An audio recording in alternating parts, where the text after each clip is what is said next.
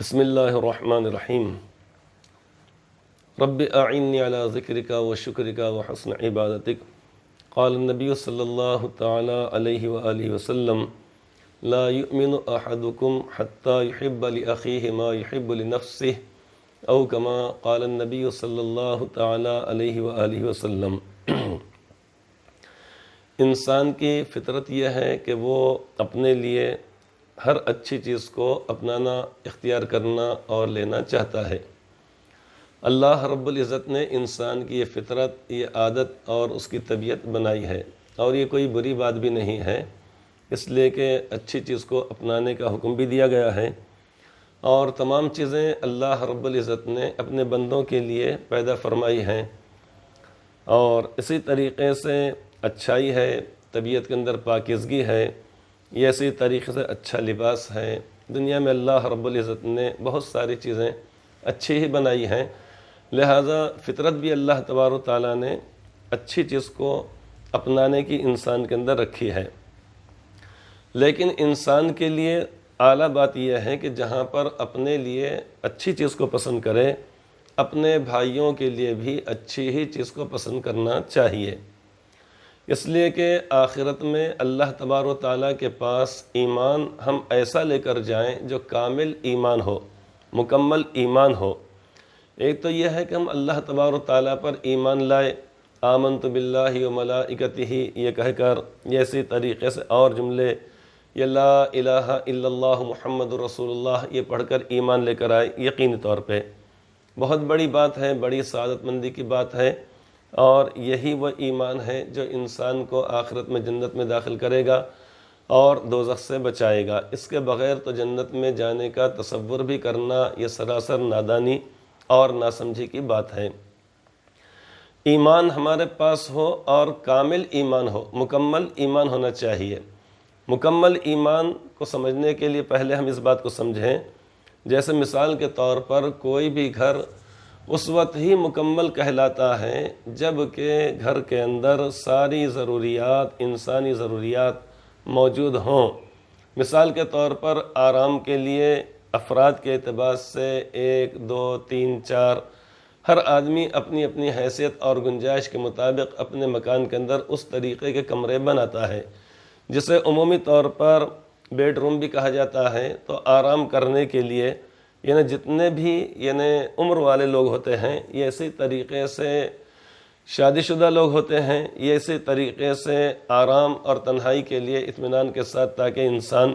اللہ تبارک و تعالیٰ کی آخر رات میں اٹھ کر عبادت کر سکے، اس لیے شروع رات میں اس کے لیے آرام بھی ضروری ہے، تو وہ کمرہ بھی گھر کے اندر ہوتا ہے۔ اسی طریقے سے ایک دالان بھی ہوتا ہے، گھر کے اندر دیوان خانہ بھی ہوتا ہے کہ ایسے مہمان کہ جو ہم سے ملنے جلنے والے آئیں یا دوست احباب ملنے جلنے کے لیے آئیں، تو ان کو دیوان خانے ہی کے اندر بٹھا کر ان کو اکرام اور اعزاز کے ساتھ پانی پلایا جاتا ہے، اور اپنے اپنے حالات، اپنی اپنی گنجائش کے مطابق ان کی ضیافت اور اکرام کیا جاتا ہے۔ تو وہ گھر کامل گھر کہلاتا ہے جس گھر کے اندر آرام کے لیے کمرے بھی ہوں، جس کے اندر بچوں کی پڑھائی کے لیے بھی کمرے ہوں اس کے اندر، اسی طریقے سے دالان بھی ہو، دیوان خانہ بھی ہو، صحن بھی ہو، اور ساتھ ہی ساتھ یہ ہے کہ غسل کرنے کے لیے، نہانے کے لیے انسان کے لیے اس میں حمام بھی ہو، اور ساتھ ہی ساتھ یہ ہے کہ اس سے متصل یہ جہاں مناسب جگہ ہو وہاں پر رفع حاجت کے لیے وہ جگہ مختص کی جائے، تو وہ گھر کامل کہلاتا ہے۔ جس گھر کے اندر ساری ضروریات موجود ہیں، اس کے اندر دیوان خانہ بھی ہے، دالان بھی ہے، باورچی خانہ بھی ہے، حمام بھی ہے، اسی طریقے سے ساری چیزیں ہیں، لیکن انسان کی جو ضروریات ہیں، انسان کو جو بشری تقاضے جس کے ساتھ لگے ہوئے ہیں، اگر اس کی تکمیل کے لیے اگر وہ جگہ مختص وہاں پر نہ ہو تو اس صورت میں وہ گھر ادھورا گھر کہلاتا ہے۔ ایسے گھر کو کوئی شخص کرائے پر لینا بھی پسند نہیں کرتا ہے۔ اسی طریقے سے کسی کے پاس شادی بیاہ اگر ہے، کوئی تقریب اگر ہے، مہمان ہیں، معلوم ہو کہ پڑوس میں یا کسی جگہ پر بڑا عالیشان، بڑا عمدہ اور ابھی نیا نیا مکان بنا ہوا ہے، ساری ضروریات سے آراستہ ہے، لیکن وہاں پر حمام یہ اسی طریقے سے اس سے متصل جو چیز ہونا چاہیے، بیت الخلاء وغیرہ مثال کے طور پر، آسانی سمجھنے کے لیے، وہ چیز اگر نہ ہو اگر، تو کوئی بھی شخص اپنے مہمانوں کو وہاں پر اس لیے نہیں ٹھہرائے گا کہ ساری ضروریات کے لیے وہاں پر ہے، سارے کمرے ہیں، ساری چیزیں ہیں، بہت اچھا مکان ہے، خوشنما ہے، لیکن وہاں پر انسانی ضروریات کی تکمیل کے لیے وہاں پر کوئی جگہ نہیں ہے، لہٰذا اس جگہ کو یا اس گھر کو کوئی لینا پسند نہیں کرتا ہے، لہٰذا اس کو ادھورا مکان یا نامکمل مکان، ناقص مکان کہا جائے گا، چونکہ ساری ضروریات کی چیزیں وہاں پر موجود نہیں ہے۔ اسی طریقے سے لباس ہے، ہم نے کپڑے اگر کسی کے پاس سینے کے لیے ہم نے دیے اور ہم نے بتلایا کہ دیکھو فلاں تاریخ سے پہلے دے دو، چونکہ عید الفطر آ رہی ہے، عید الاضحیٰ آ رہی ہے، لہٰذا جب ہم ٹیلر صاحب کے پاس جائیں اور وہ کہہ دے کہ میں آپ کا لباس سی دیا ہوں لیکن اس کے اندر صرف کرتا سینہ باقی رہ گیا ہے، یہ اسی طریقے سے آپ کا پورا لباس میں سی دیا ہوں لیکن ایک آستین سیدھی جانب کی یا بائیں طرف کی صرف وہ آستین باقی رہ گئی ہے، یہ اسی طریقے سے آپ کا لباس سی دیا گیا ہے لیکن اس میں ترپائی کرنا باقی رہ گیا ہے، بٹن لگانا باقی رہ گیا ہے، تو کوئی بھی شخص ایسا لباس لینا اور اس کو پہن کر کسی تقریب میں، مجلس اور محفل میں جانا پسند نہیں کرے گا، اور وہ یہ کہے گا کہ بھائی دیکھو عید قریب آ گئی ہے، جلدی سے اس کو مکمل کرو۔ لاکھ درزی یہ کہے، ٹیلر یہ کہے کہ بھائی سارا آپ کا لباس سل گیا لیکن صرف کاج ہی تو باقی رہ گئے ہیں، یہ اسی طریقے سے بٹن لگا دیے گئے ہیں لیکن کاج باقی رہ گئے ہیں، کاج اس کے اندر کر دی گئی، بنا دی گئی ہے لیکن بٹن باقی رہ گئے ہیں، تو کوئی بھی شخص یہ کہے گا کہ بھائی آپ نے یہ لباس کو ادھورا سیا ہے، نامکمل ہے۔ جب ہم دنیا کے اندر ان تمام چیزوں کو جو وقتی طور پر ہمارے لیے ہوتی ہیں، ممکن ہے کہ وقتی طور پر ہمارے لیے مسئلہ پیدا ہو جائے ادھورا ہونے کی وجہ سے وہ لباس یا اسی طریقے سے وہ مکان، لیکن آخرت میں اگر ایسا ایمان ہم لے کر جائیں گے جو نامکمل اور ناقص اور ادھورا ہوگا تو ہمارے لیے وہاں پر مشکلات پیش آ جائیں گی۔ اس لیے اللہ کے پیارے نبی علیہ السلام نے بات ارشاد فرمائی ہے، اور آپ نے فرمایا لا یؤمن احدکم، کہ تم میں سے کوئی شخص کامل مومن نہیں ہو سکتا۔ اس کا ترجمہ یہ نہیں ہے کہ تم میں سے کوئی شخص ایمان والا نہیں، کامل مومن، جیسا کہ علماء کرام نے اس کی وضاحت کی ہے، یعنی ایمان تو انسان کا اس وقت ہو جائے گا جب کہے گا لا الہ الا اللہ محمد رسول اللہ، جب وہ قائل ہو۔ تو آپ نے فرمایا کہ تم میں سے کوئی شخص کامل مومن یا مکمل مومن اس وقت تک نہیں ہو سکتا جب تک کہ وہ اپنے بھائی کے لیے اسی چیز کو پسند نہ کرے جو اپنے لیے پسند کرتا ہے۔ یعنی کیا مطلب ہوا؟ مطلب یہ ہوا کہ اپنے بھائی کے لیے وہی چیز پسند کرنا چاہیے جو ہم خود اپنے لیے پسند کرتے ہیں۔ ہر انسان اپنے لیے راحت اور سکون کو پسند کرتا ہے، کوئی بھی انسان اپنے لیے نقصان کو پسند نہیں کرتا ہے۔ کوئی بھی انسان اپنے لیے جب کوئی خریدی کرنے لگے تو سامنے والا شخص یا بیچنے والا شخص ناپ تول میں کمی اگر کرے تو وہ اپنے لیے پسند نہیں کرتا ہے۔ کوئی بھی انسان اپنے لیے گھٹیا اور ردی اور بیکار چیزوں کو پسند نہیں کرتا ہے۔